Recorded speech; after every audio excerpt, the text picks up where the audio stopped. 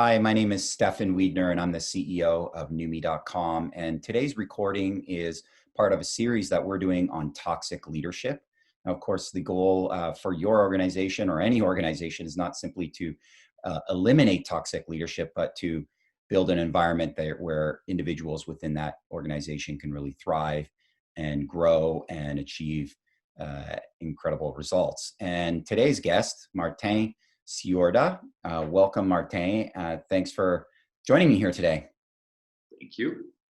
And why I have you is on today's recording is because we're going to be talking about psychological safety and how that affects toxic leadership, or how toxic leadership rather affects psychological safety. We're going to talk about what psychological safety is.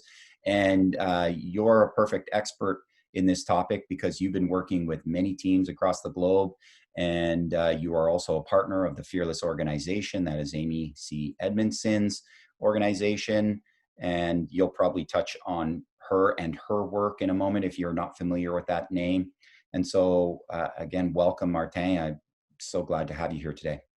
Thank you. It's lovely to be here because I am very excited about this topic, and I've long been a student of toxic leadership. And indeed, as you said, Stephan, it's a real factor in low or high psychological safety. If you have, simply put, got toxic leaders around, then almost by default, psychological safety will be lower, and psychological safety is really a key driver for building high performance cultures and environments in organizations. And you briefly referenced Amy Edmondson, and indeed, I'm the co-founder with her and Sander Hoeken of an organization called the Fearless Organization. And what we try to do is measure psychological safety in organizations and in in-situ teams, but also bringing tools and best practices to workplaces so people can actually start fostering a climate of psychological safety. Well, with that, can you explain what is psychological safety, especially for those who haven't heard about it or haven't read her book?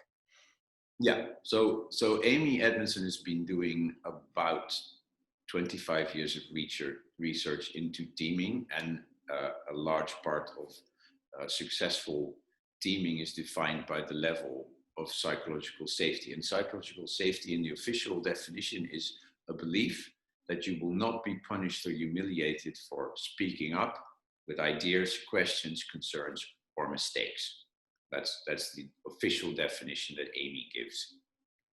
And that is, I think, something that you can really make operational, because if you would go back in your mind in a situation where you didn't feel psychologically safe, you would know that you would hold back on ideas. You'd really hold off on asking a question, and you'd probably definitely not raise your concerns or come forward with any mistake that you might have made. And it's also true that what you just described, this desire or ability to speak up, is directly linked to high performance. Absolutely. So there was a project that Google did, which is ostensibly still very much a high performance organization. And over the course of 5 years, they ran a research project called Project Aristotle, very easy to find, with lots of great reference materials to do your own work around this. But what's really cool about that is they have about 12,000 individual data points and about 180 teams. And they were really struggling to find a common ground in research as to what would make and correlate with high performance teams. And then suddenly they stumbled upon Amy's research around psychological safety, and that's where it then really clicked for them. And as a result of that, they started defining it, and they found that psychological safety, along with 4 other factors, was the gateway to building high performance teams, but indeed also a high performance culture. And that this notion of psychological safety actually also weighed over 40% over the other factors. And that simply, if you didn't have psychological safety, you couldn't sustainably be high performing. So now let's talk about toxic leadership and psychological safety. So how does a toxic leader disrupt psychological safety? So the foundation of psychological safety is that, as we said, people feel free to come up with ideas, questions, concerns, or mistakes.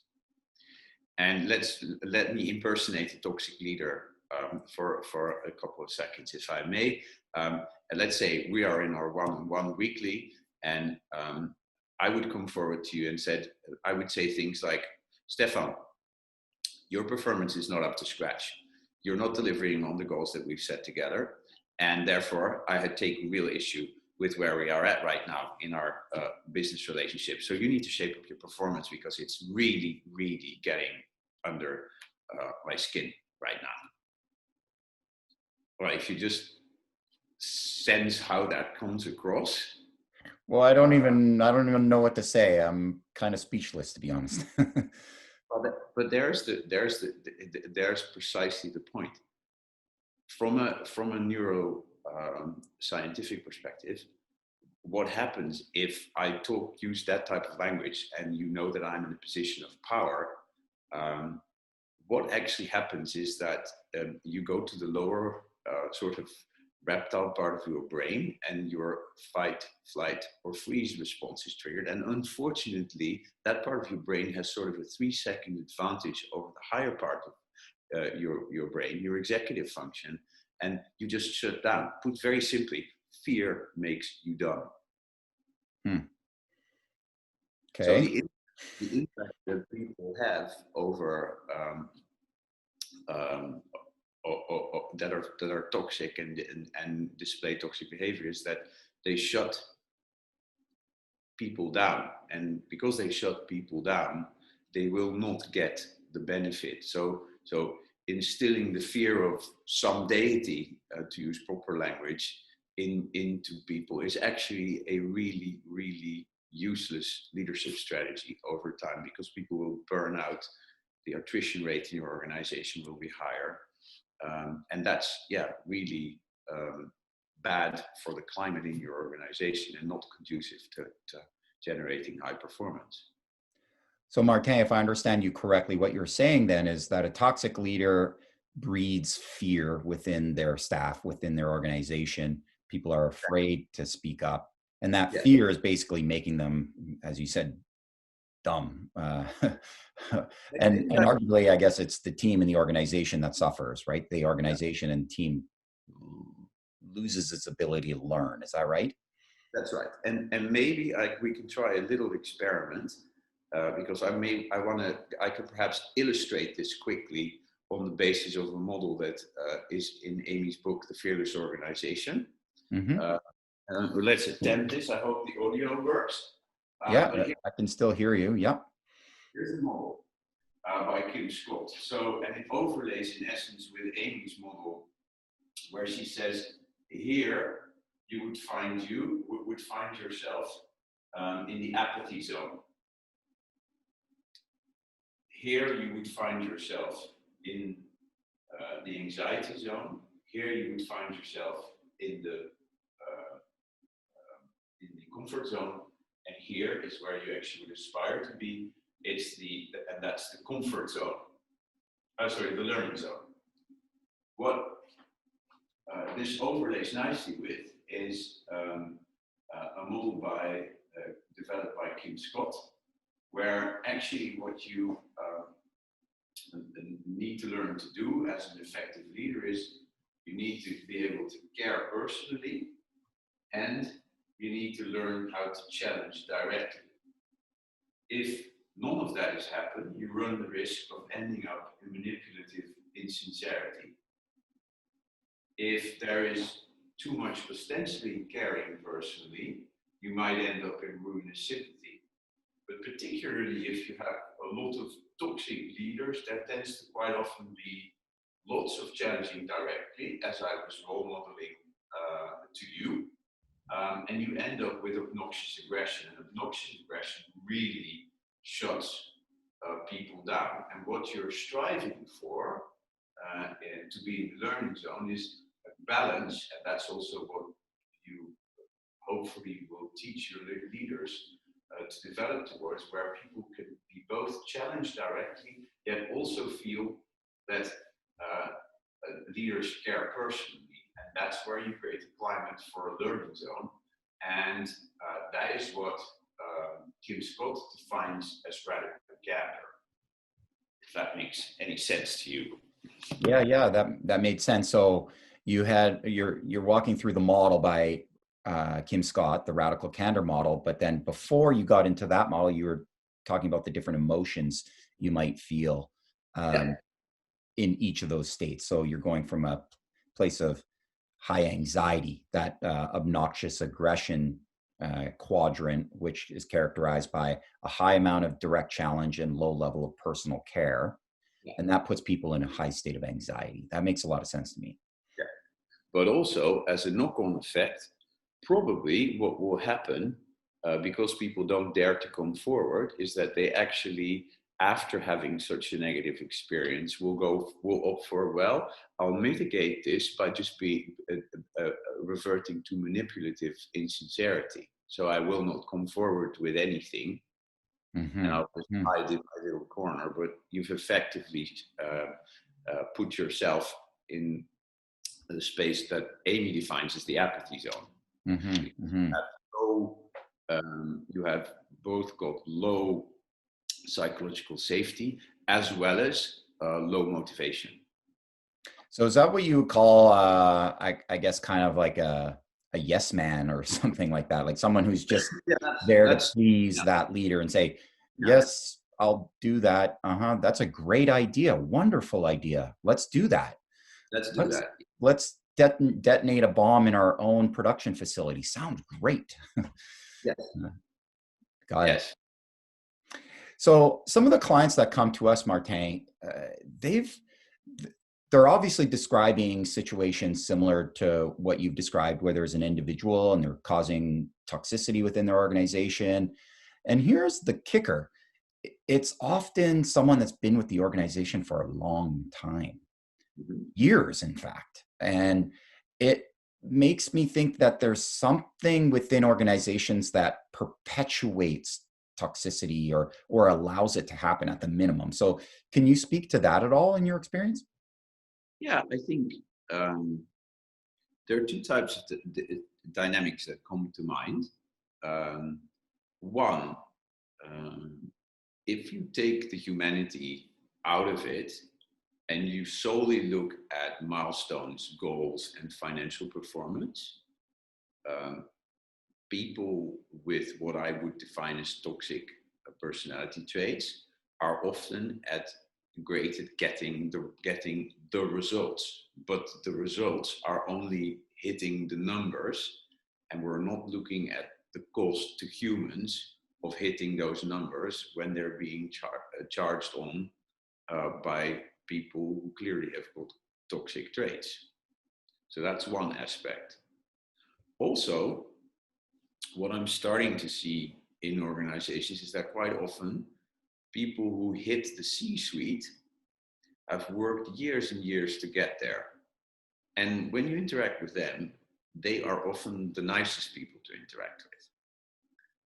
But the people who are on C-1 or C-2 often have got more toxic traits because they're literally doing the hard work or even the henchman work for the people in the C-suite. And they do that often also with the best intentions. But what you got to know, based on the work of Art Kleiner, who wrote a book called Who Really Matters, the Core Group, in which he argues that organizations don't exist to make the world a better place, but or to create shareholder value, but they exist to serve the purpose of a core group of people, is that these people actually are amplifying behavior of the top leader. So in order to be more like the top leader, certain behaviors really get amplified. And this often translates into toxicity as well. So somebody makes a directive comment that needs to be followed up, or somebody makes a comment that is perceived as being directive, and then in order to do good, people will go to extremes to deliver on what they think that particular comment of a CEO meant. Mm-hmm. Mm-hmm. So that's not really a case of the C-suite individuals modeling a certain behavior and the C-1 or C-2 adopting that behavior, or is it a learned thing, as in, okay, so I saw how you got to where you are now, so I'm going to do the things that you're doing to get to where you are now? Is it now of course you're going to get the consultant answer, it depends. Yeah. Because what we say in our profession is that context is really queen, whereas CFO might say context, cash is king. But I think understanding context is more of a feminine trait, and it's very context specific. So it may be that there is just a culture of where overt aggressive behavior is associated with achieving sales success. I mean, you only have to look at the Glengarry Gang Ross movie, which is a beautiful depiction of that type of macho culture. And then it's just ingrained in the whole organization. But it may also be that, and that's quite often, I think that's where it's probably relevant for Noomii's work with helping toxic leaders transform themselves. It's often that people have gotten to where they got in the organization by displaying a certain type of behavior.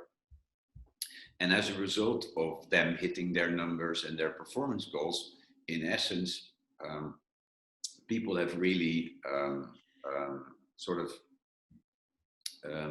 what we say in Dutch, somebody's been holding a hand over their heads, to mean, excuse me, that they've been supported by what you might always call people who are complicit with them because they're happy with them hitting the results. And they tolerate expletive deleted behavior because they're happy with the results that certain individual has been getting. And then it comes to a certain point where there is so much attrition in Mike's department that it actually comes on the radar. Mm-hmm.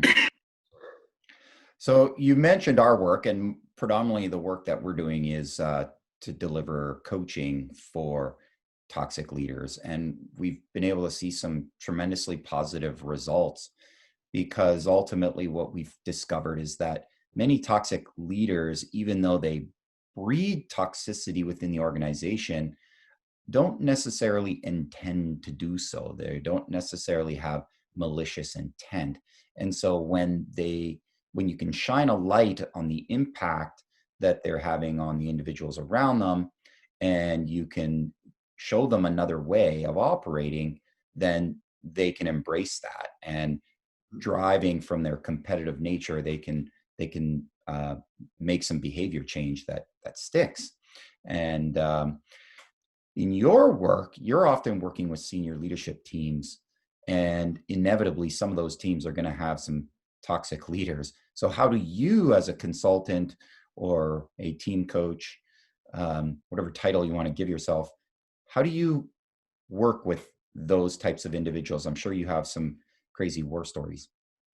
Yeah, I think what we do is we often use a measure, some form of a measure, to be able to present data, and that may be getting really frank 360 feedback from peers, subordinates, and in some cases the layer above.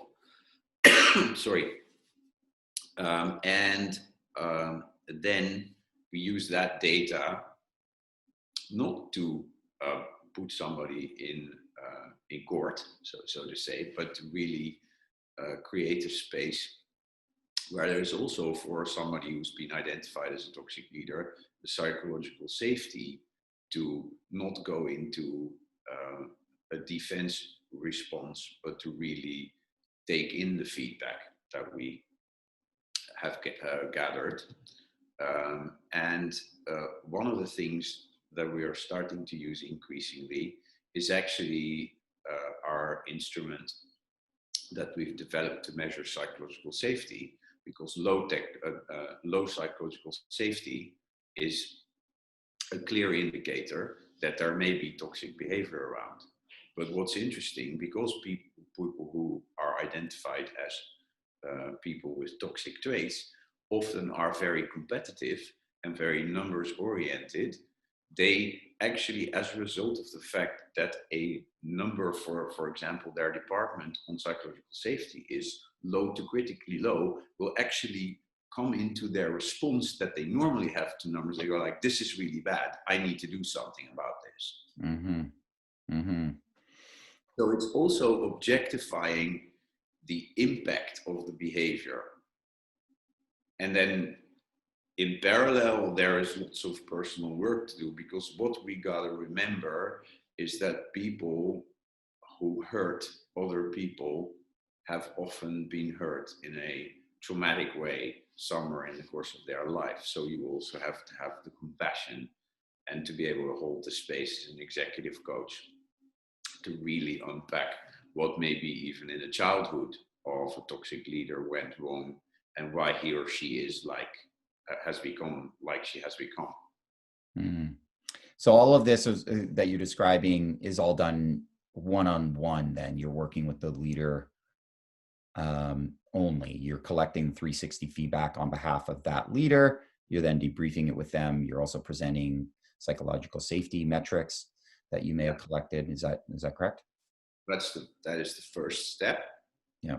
Because quite often people are quite unaware of the impact that their behavior has. I had a brilliant exchange where two of my colleagues, who are now facilitators, introduced themselves around the question, why is psychological safety important to you? And one of my colleagues said, well, I used to have a boss who was like this and was very toxic, and that's why I know what the impact is, and I've found ways to work through that. And then one of my other male colleagues said, well, I was like that boss. And then a subordinate had the courage to call me out and say basically to me, you are destroying my life. And that was my wake-up call from the universe. I'm forever grateful to her, because that set me on the path on doing more personal work to understand that what I saw as goal-getting was often by other people experienced as pedantic, aggressive, and putting them down. But what we do to answer your question with people, once we've had the awareness part accomplished, is really look at, okay, how does it show up in a team, and then also contract with a team to see how, by just shifting the interaction a little bit, and also intervening in the moment in team meetings, to see how they could also deal with, for example, difference, is to shift that. Mm-hmm. By doing direct interventions. So when you're working with teams, I'm sure there are times when you stepped into the room and it becomes fairly apparent to you that there is toxicity there. I think we can all relate to when, let's say in your family, there's been a fight, and then you walk into the room, you walk into the household, you can feel the tension between the individuals. And I suspect that some senior leadership teams are that way. And so, and I'm sure you've walked into some rooms like that. How do you handle that? How do you facilitate dialogue in that kind of an environment? Pause for one moment. Can you hit the recording on pause? Yeah. Now, that's a great question, Stephan. Yeah, I think what's interesting is you mentioned family, and when you walk into the family setting, you have immediately got a sense for what's going on. But indeed, when you walk into the boardroom, sometimes you don't stop being human. So my counsel is always to people also to really look more for what's happening non-verbally, and I've become really attuned to that over the course of my work for decades now with senior teams. But what we often try to do is driven by the idea that you mentioned the word dialogue, and a lot of my background is around working with dialogue as per David Bohm, Bill Isaacs, and Peter Garrett's notion of that, is that people tend to go into the boardroom and be very focused on delivering on their agenda. So by default, we're starting to see from the data, boards are a lot less psychologically safe because they're clearly the board of an organization, but quite often they're not really a team because they have their columns in the organization in which they work. So what's quite often quite transformative when we start working with boards is that we really look at, hey, where's the human connection? And how do you make that human connection? So we spend quite some time getting people to introduce themselves, but also saying a few words more about their personal background. And you'll be surprised how many people know very little about each other, even if they've been on a board with each other for quite some time. And then to really investigate where do you need to meaningfully come together as a team or as a sub-team in a board, and where is it actually not so useful to go through this ritual of sitting in a boardroom with 12 people following a highly structured agenda. And by just also looking at what the rhythm is and what a good mechanism for reflecting and just also hanging out with each other and just starting to do work on projects with each other tends to really shift the game already. I mean, I could view that as being kind of like, what are you saying? We got to hold hands and sing Kumbaya here, like be all buddy buddy. I think a lot of people would argue there's no real room for that, or there's no place for that. What's the benefit? Yeah, that's in language that boards understand, which tends to be more power and results oriented. Sometimes you need to slow down to go faster. So it's always fascinating to me that people think that the laws of being human stop being important the further you go up the rungs of the ladder in an organization. The more you get to a higher place in an organization, the more being human and actually having empathy and also just human interest in your direct colleagues, but also in your subordinates becomes important, because the people make a connection to you on the basis of the fact that they trust you and they feel safe.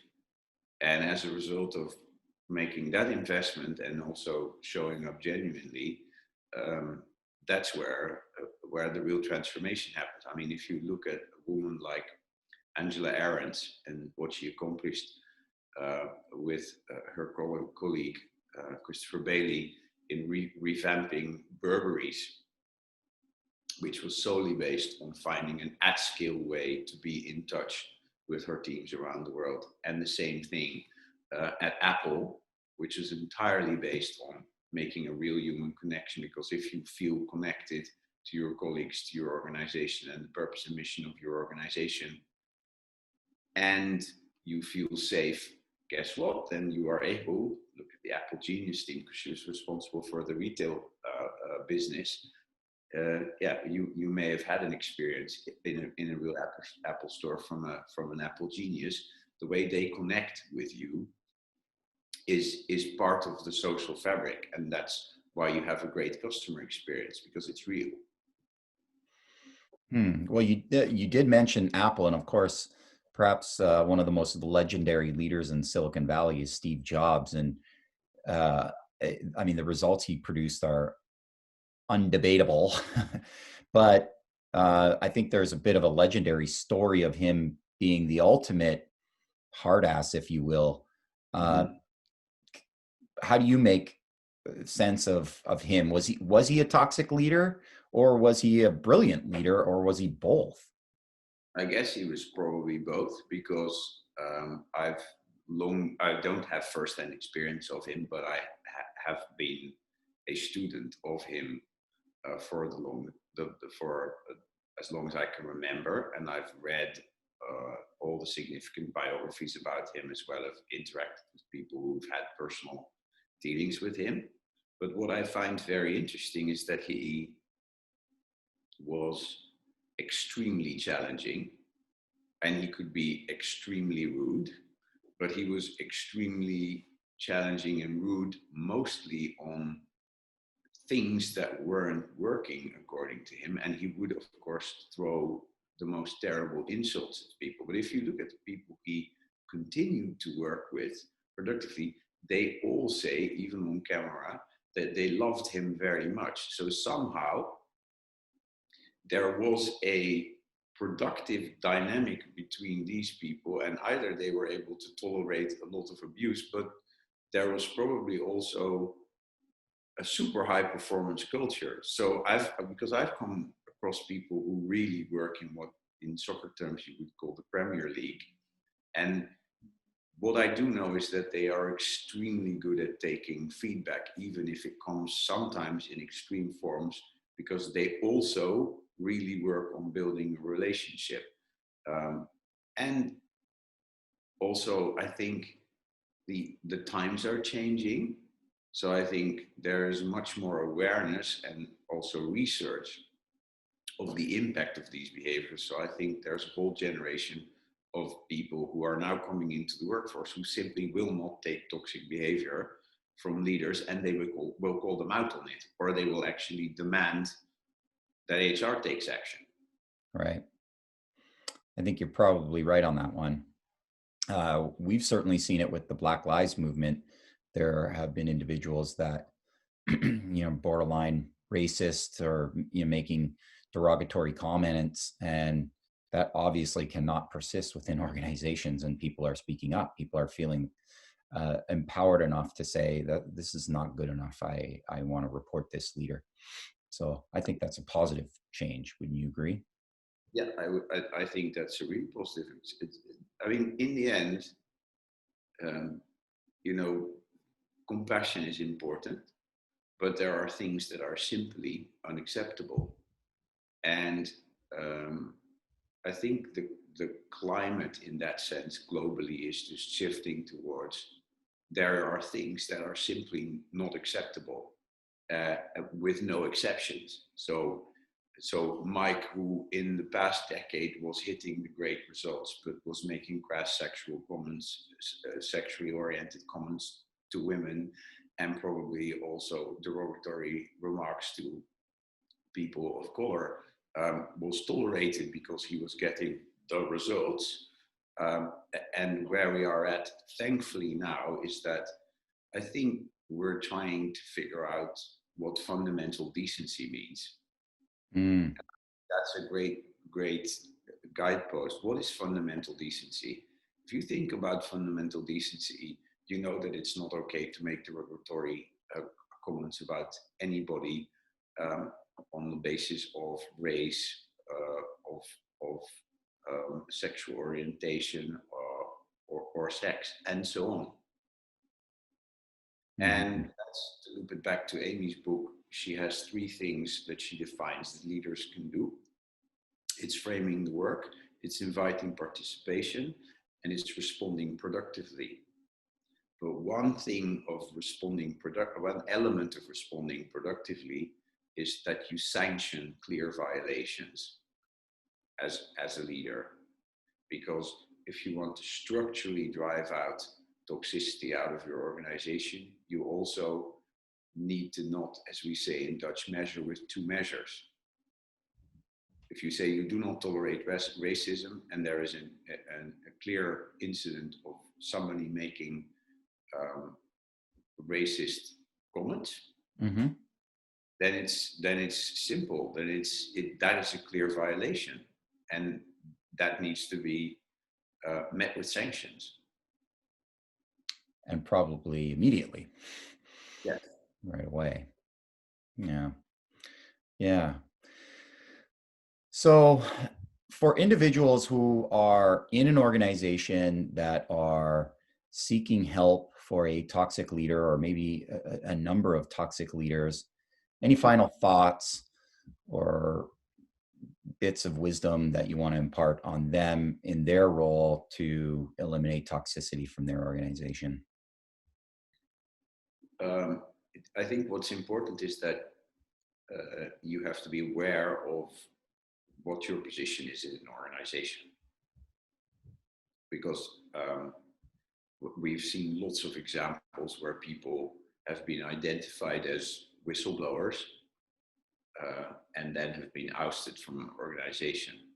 So I think the number one thing is, who can you really trust? And is there someone in a position of power that you might take this up with, and you can make a clear contract about the implications that raising this in a formal way has, and to be really clear about what your rights are, particularly in a North American setting or in an Anglo-Saxon common law setting, and to also really make sure that you limit the damage because it's a very, very courageous move, and it's very hard. So you need to be very clear on what procedures your organization has for reporting this, and what the consequence may or may not be for you.